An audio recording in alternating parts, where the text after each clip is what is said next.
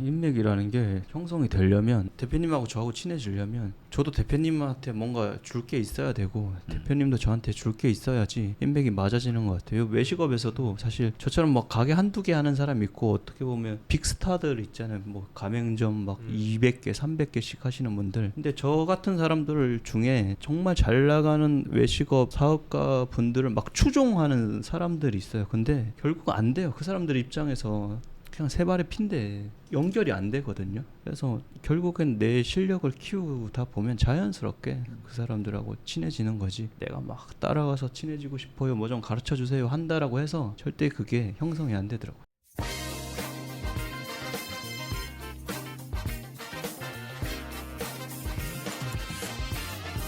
대한민국 사장님들 안녕하세요. 15년째 사업하고 있는 공지원입니다. 사업은 사람의 울고 웃는 일이라고 해도 과언이 아닌데요. 그래서 오늘은 사업가 사람을 주제로 이야기해 보려고 합니다. 저를 도와줄 보조호스트 윤희원 대표님, 그리고 게스트 김경환 대표님, 박동재 대표님 모셨습니다. 반갑습니다.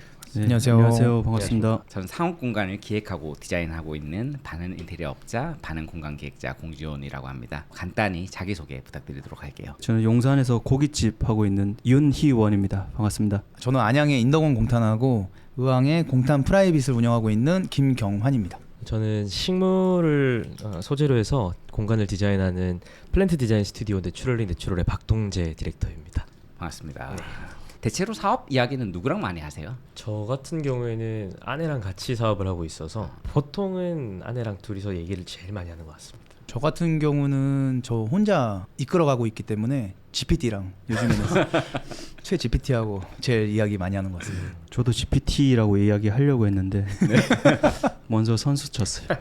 GPT의 저 김과장이라고 네. 한 명 있고 또 신비서라고 네. 여자분 또 한 명 계시거든요. 그 두 명이랑 이야기 많이 해요. 저도 뭐 GPT랑 많이 하는 것 같은데 팟캐스트를 통해서 이제 사장님들끼리 같이 한번 이야기를 해 보도록 하시죠. 그럼 바로 이제 주제 토크 들어가 보도록 하겠습니다.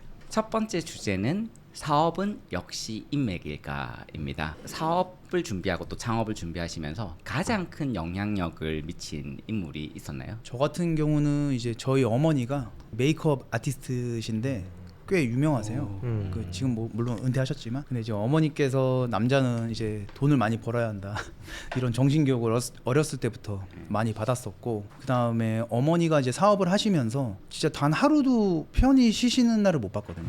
친구들을 만나거나 모임을 하시거나 뭐 이런 게 전혀 없었어요. 저도 어머니의 모습을 닮아가더라고요. 되게 재밌는 게 네네. 저도 이 질문에 대한 답변을 어머니라고 써뒀어요. 근데 조금 달라요. 저희 이제 집안 자체는 그냥 네네. 어릴 때부터 하고 싶은 걸 하고 잘나였거든요. 네네. 회사를 이제 제가 다니다가 그만둔다라고 했을 때도 지지를 해주셨거든요.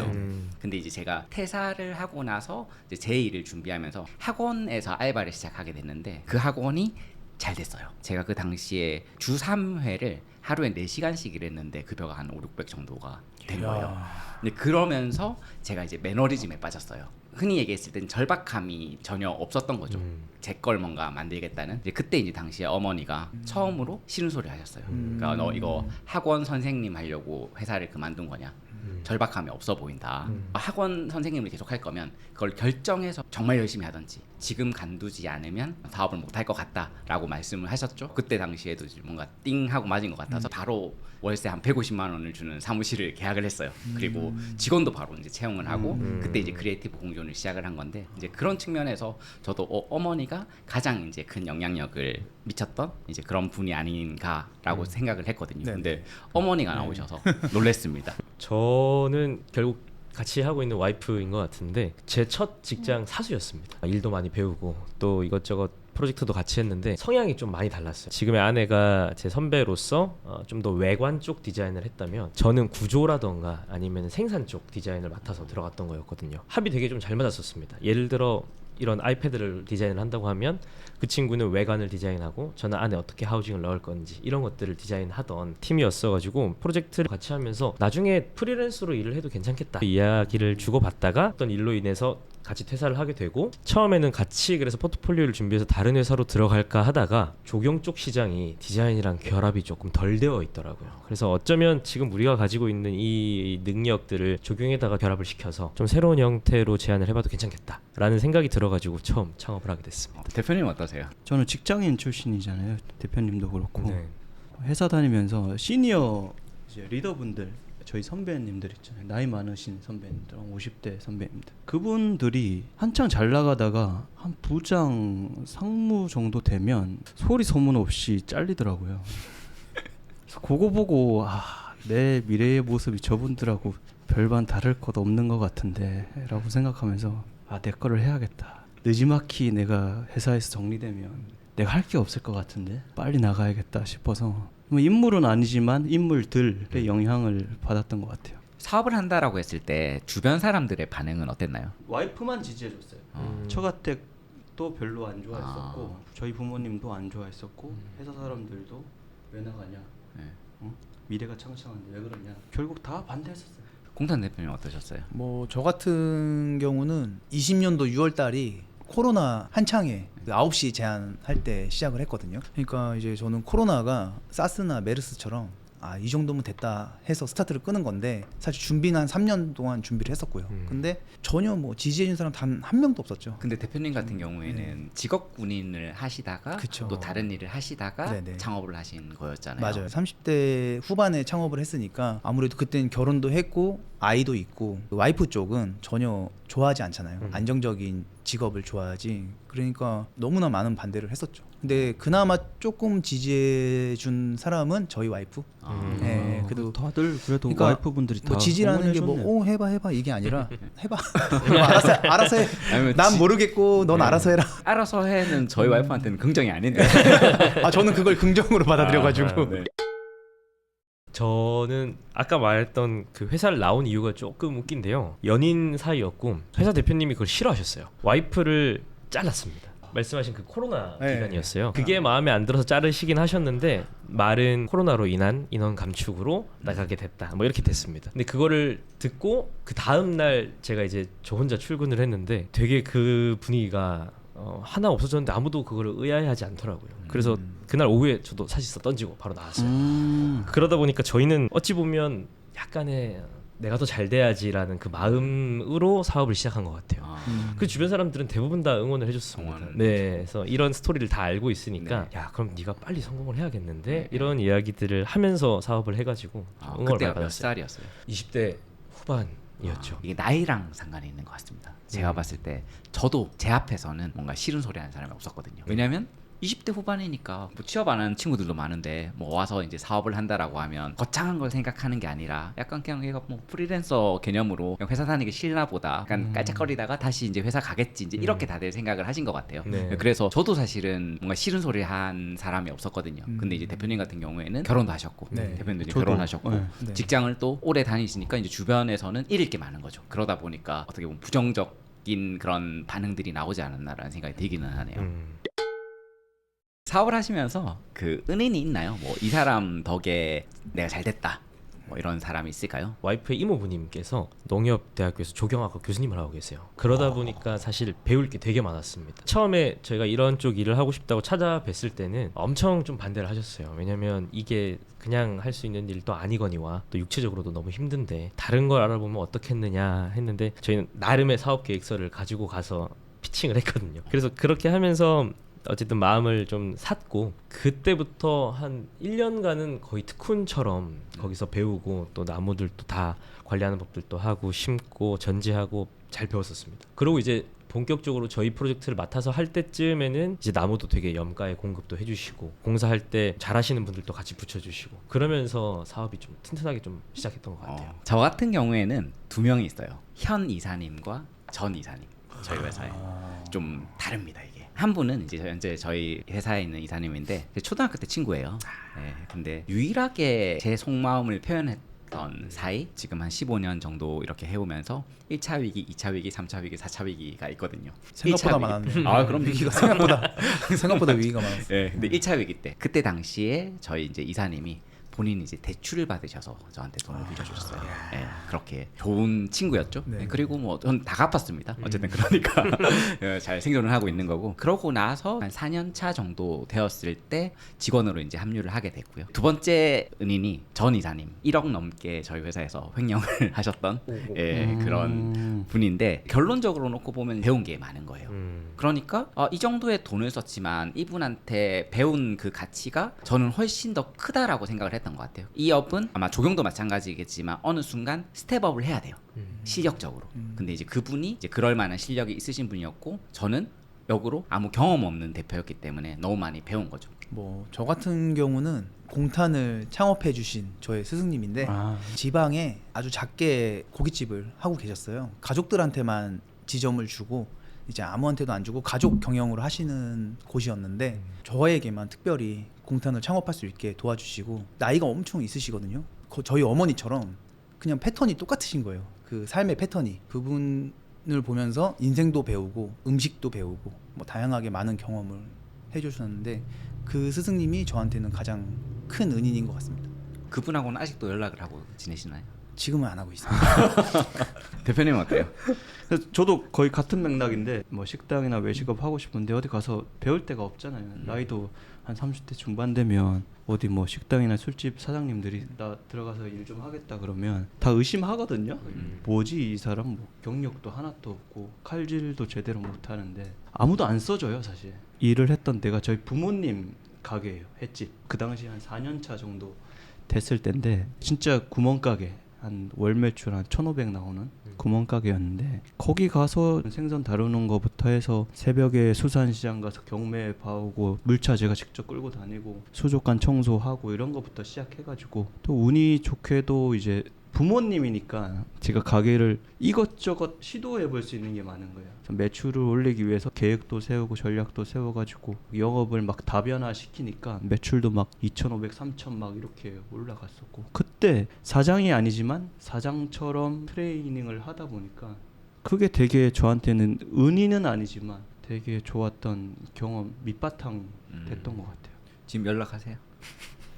연락 오늘 아침에도 했어요. 오. 지금 네, 아침에 지금 아버지 자동차 리스 하나 네. 해주라 그래서 수입차인가요? 수입은 안 돼. 아직 구멍가게라. 반대로 한번 질문해 볼게요. 내가 만난 최고의 빌런은 누가 있을까요? 저희 이렇게 식물 다루는 업을 하다 보면 생각보다 클라이언트 분들이 되게 다 온화하시고 딱히 빌런이 없어요. 진상이다 이렇게 말할 만한 사람이 정말 없었어서 오히려 저희 입장에서는 좀 평온하게 빌런 없이 좀 잘 왔었던 것 같고 대표님 앞에서 이런 말씀 드리긴 그렇지만 결국 인테리어 업체 분들이 빌런일 때가 있습니다. 네, 아주 빌런이라기보다는 예를 들면 이런 거죠. 여기가 이제 빌런이 될 가능성이 크다는 거죠. 그러시면 안 되죠.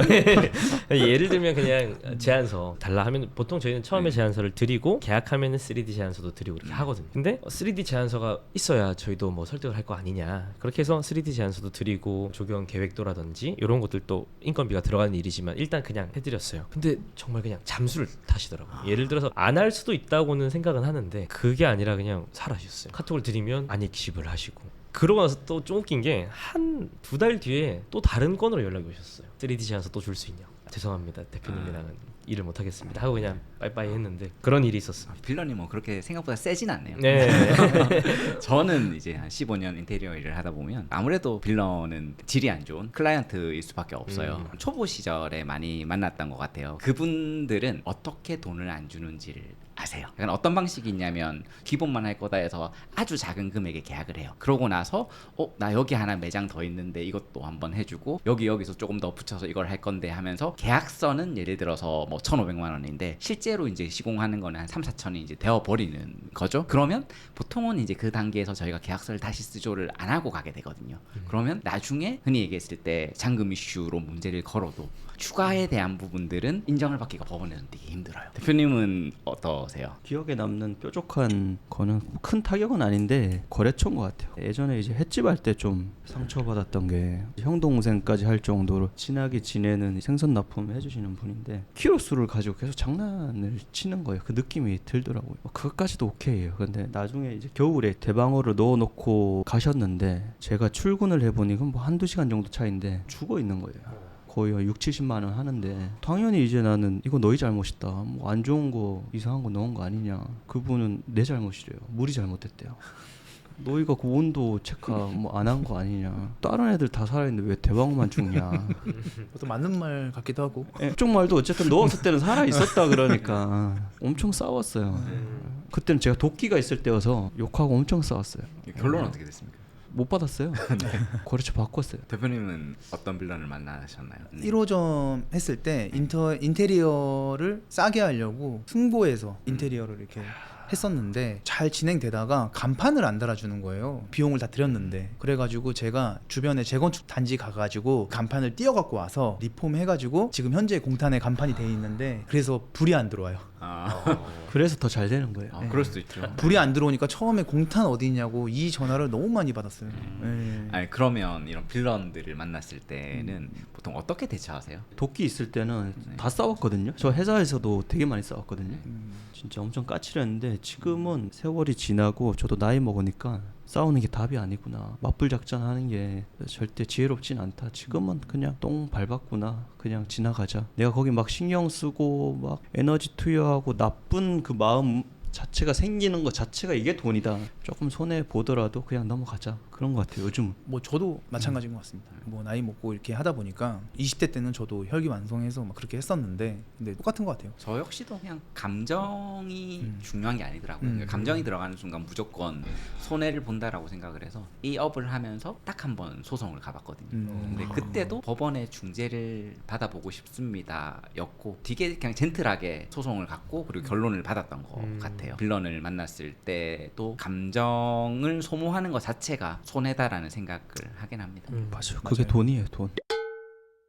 동업을 어떻게 생각하시는지에 대한 질문을 드려보고 싶네요. 좋습니다. 일단 결론부터 얘기하면 특히 가족이랑 같이 하는 동업은 좋은 점이 더 많은 것 같아요. 저울질을 하자면 좋았으니까 계속 지금도 하고 있다고 생각은 하는데 24시간 이 일 얘기를 한다는 게 어떤 관점에서는 되게 좀 지치는 일일 수도 있지만 그 덕분에 집중도 좀 더 잘 되고요. 그리고 같이 뭐 여행을 간다던가 아니면 뭔가 좋은 걸 봤다던가 할 때 저거 나중에 우리 저 프로젝트에 적용시키면 좋겠다 이런 식으로 바로바로 대화가 되고 또 자기 전에 보통 좋은 아이디어들이 많이 떠오르잖아요. 그럴 때 그냥 바로 피드백을 얻을 수도 있고 서로 그런 점들이 저희는 되게 좋았고요. 단점이라고 한다면 의견이 좀 차이가 났을 때 그것만 시시비비를 가리고 끝나면 되는데 그게 가끔씩 감정 싸움으로 번질 때가 있더라고요. 이게 좀 위험합니다. 그래도 성향이 잘 맞으니까 동업을 계속 이렇게 하고 계신 거 아닌가요? 네 맞아요. 네, 특히 그렇죠. 그게 잘 맞아요. 저가 하는 분야 그리고 그 친구가 하는 분야가 어쨌든 좀 나누어져 있다 보니까 서로 그 분야에 있어서만큼은 좀 존중을 하는 것 같습니다. 네. 제가 대표님한테 이 질문을 드릴 때 어차피 여기 카메라가 돌고 있기 때문에 되게 긍정적인 대답이 나올 수밖에 없지 않나라고 이제 생각을 하면서 질문을 드렸고요.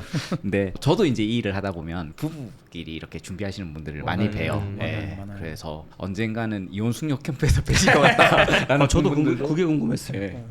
만에 안에 만분의 1의 경우로 각자의 인생을 살게 될 경우는 이게 어떻게 분리가 돼요? 같은 회사인데? 제가 예전에 한번 우스갯소리로 이 얘기를 하다가 한번 찾아봤어요. 저희 좀 그런 거 결론 내는 거 좋아해가지고 준비하셨구나. 준비한 건 아니고요. 찾아봤는데 없어져야 된대요. 이 법인 회사 자체가 설립을 같이 하면 근데 공동 대표가 부부면 없어져야 된다고 합니다. 아니면은 유지하던가. 대표님 어떠세요? 동업 해봤어요. 저는 수제버거집 할 때 동업을 했었고 결론적으로 얘기하면 저희 친구랑 했거든요. 완전 친구인데 결론적으로 지금 안 만나요. 헤어졌어요. 헤어질 땐 좋게 헤어질 수가 없어. 네. 안 만나고 좋은 시스템이라고 생각하거든요. 서로 역할 분담을 잘 하는 거. 내가 A라는 역할하면 너는 B 역할. 제일 중요한 건 제가 실패했던 것도 의사결정권자가 없었어요. 친구라서 좋은 게 좋은 거다라는 식으로 하다 보니까 특히나 저는 기획이나 어떤 계획을 짜는 전문이었고 그 친구는 이제 요리 개발하고 매장 운영하는 거였는데 뭔가 문제점이 제 눈에는 보여서 이거를 바꾸자 메뉴를 좀 더 추가하자라고 했을 때 의견 충돌이 되는 거예요. 의견 충돌 될 수 있잖아요. 같이 일을 하다 보면. 근데 의사결정권자가 없었던 거예요. 그러다 보니 계속 시간만 막 보내고 감정 소비만 되고 이러다 보니까 막 지치는 거예요. 그러니까 결국 동업을 하려면 최종적으로 누가 책임지고 누가 의사결정을 할 것인가, 아무리 친구여도 누가 리더십을 더 가져갈 것인가가 되게 중요한 것 같아요. 그런 것들만 확보가 되면 저는 동업 엄청 좋은 것 같아요. 동업을 해서 좋은 케이스를 겪어보진 않으셨잖아요. 안 만난다니까요.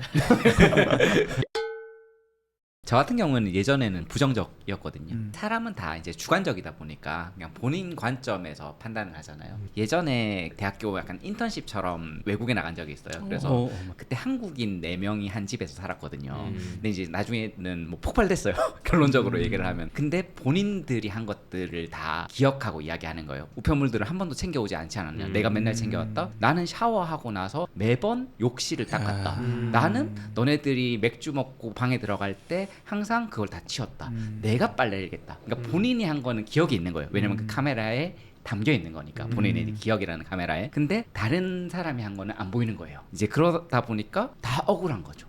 약간 동업도 어떻게 보면 부정적으로 보면 다 억울하기 때문에 진짜 어려운 일이라고 생각이 들고, 근데 지금 와서 드는 생각은 어쨌든 그런 말이 있잖아요. 혼자 가면 빨리 가고 같이 가면 멀리 간다.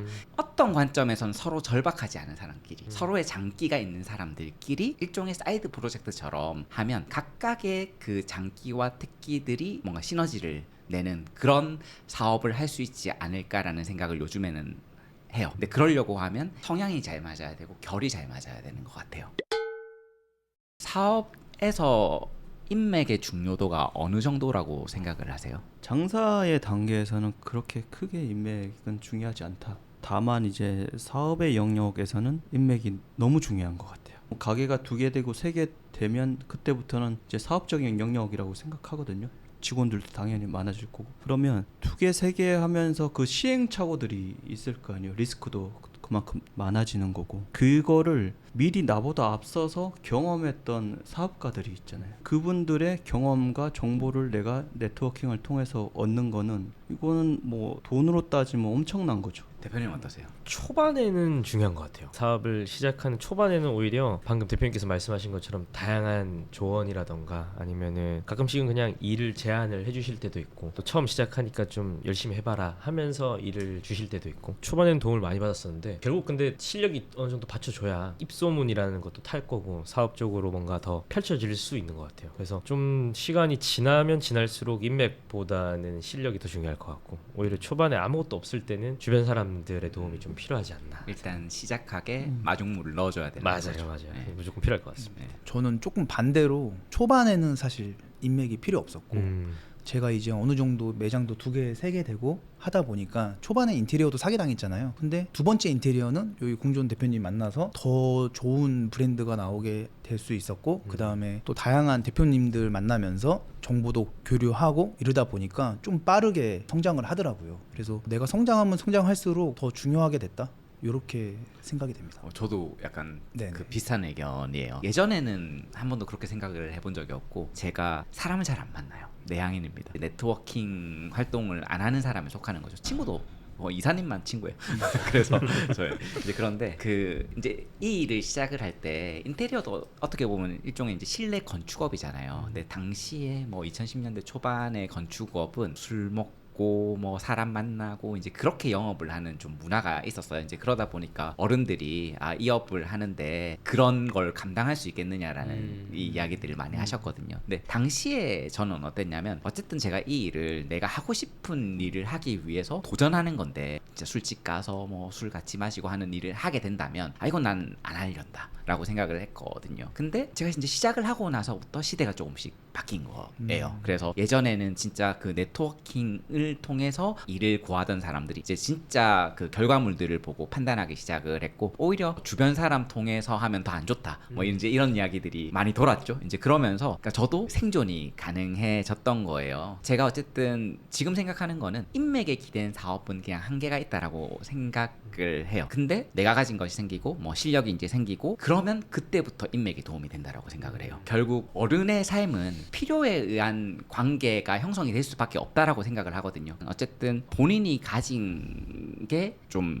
중요하다가 우선인 것 같고, 그리고 좋은 마음을 가져야지 좋은 인맥이 형성이 되지 않나 이제 그렇게 생각을 하고 있어요. 인맥이라는 게 형성이 되려면 대표님하고 저하고 친해지려면 저도 대표님한테 뭔가 줄 게 있어야 되고 대표님도 저한테 줄 게 있어야지 인맥이 맞아지는 것 같아요. 외식업에서도 사실 저처럼 막 가게 한두 개 하는 사람 있고 어떻게 보면 빅스타들 있잖아요. 뭐 가맹점 막 200개, 300개씩 하시는 분들. 근데 저 같은 사람들 중에 정말 잘 나가는 외식업 사업가 분들을 막 추종하는 사람들이 있어요. 근데 결국 안 돼요. 그 사람들 입장에서 그냥 세 발의 핀데 연결이 안 되거든요. 그래서 결국엔 내 실력을 키우다 보면 자연스럽게 그 사람들하고 친해지는 거지. 내가 막 따라가서 친해지고 싶어요. 뭐 좀 가르쳐 주세요 한다라고 해서 절대 그게 형성이 안 되더라고요.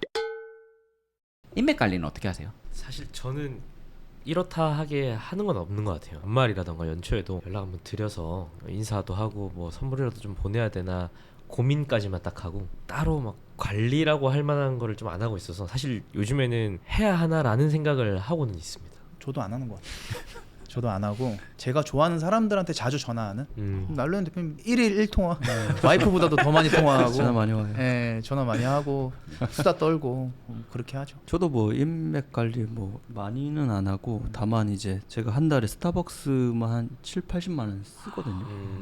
관리를 엄청 하시는 거 아닙니까? 제가 직접 스타벅스 안 가서 이제 오던데. 저도 아직 못 받았어요. 나한테 안 오던데. 직접 가서 먹는 것도 있는데 이제 보통 생일 때 스타벅스 뭐 한 2만 원짜리 이런 거 보내주는 거 요즘 카톡에 계속 뜨잖아요 생일에. 그거 보고 이제 하나씩. 오늘 아침에도 저 예전에 회사 다닐 때 형 정섭이 형이라고 생일이더라고요. 12,000원짜리 조금 약소하게 12,000원짜리 하나 보내드리고 또 그렇게 하면 서로 인사하고 안부 물을 수 있는 그 명분이 되니까 또 그렇게 하면 우리 가게 한번 올 수도 있는 거고. 그래서 그렇게 좀 많이 보내드려요. 또 뭐 나한테 좀 고마운 일이 있다, 뭐 날 조금 도와주셨다 그러면 뭐 한 5만 원짜리 스타벅스, 3만 원짜리 스타벅스 이런 식으로. 저는 그 정도. 못 받았는데 제가 사실 진짜 안 해요. 저 같은 경우에도 매장을 오픈한 저희 클라이언트한테 대부분 인테리어 업체가 화환을 보내잖아요. 근데 사실 화환도 안 보내고 오픈하고 나서도 아시겠지만 잘 안 가요. 좀 부담스럽기도 한 거예요. 왜냐하면 일로서 만난 관계에서 일을 잘하는 게 더 중요하고 그리고 이제 거기 갔을 때 제가 계산하기 그러니까 하고 싶죠. 사실은 제가 계산하는데 먼저 이렇게 계산을 해주시는 경우도 있고 이제 그런 것들이 이제 조금 부담스럽다 보니까 제가 그냥 직원들을 보냈고 그리고 대표님이 아닌 직원들이 있을 때는 빨리 이제 선결제. 그래도 이제는 어느 순간 또 필요하지 않을까라고 해서 저도 이제 와이프한테 좀 저녁 시간에 허락을 얻어서 가끔씩 만나서 이야기하면 편한 사람들하고 뵙고 또 이야기를 나누고 그러면 그 과정에서 얻는 인사이트들이 진짜 크더라고요. 이제 그렇게 하려고 노력을 하고 있고요. 팟캐스트도 또 어떻게 보면 그 일환으로 뭐 시작을 한 것도 있는 것 같습니다. 너무 즐겁고 이런 자리 되게 신기하고 대표님 덕분에 또 이렇게 여기 조용하신 대표님도 만나고 네. 저희가 여기까지 한 1부를 마치는 걸로 하고요. 2부에서는 이제 최고의 난제죠. 직원 관리 어떻게 해야 될까에 대한 이야기를 해보도록 하겠습니다. 네, 직원 관리 화이팅.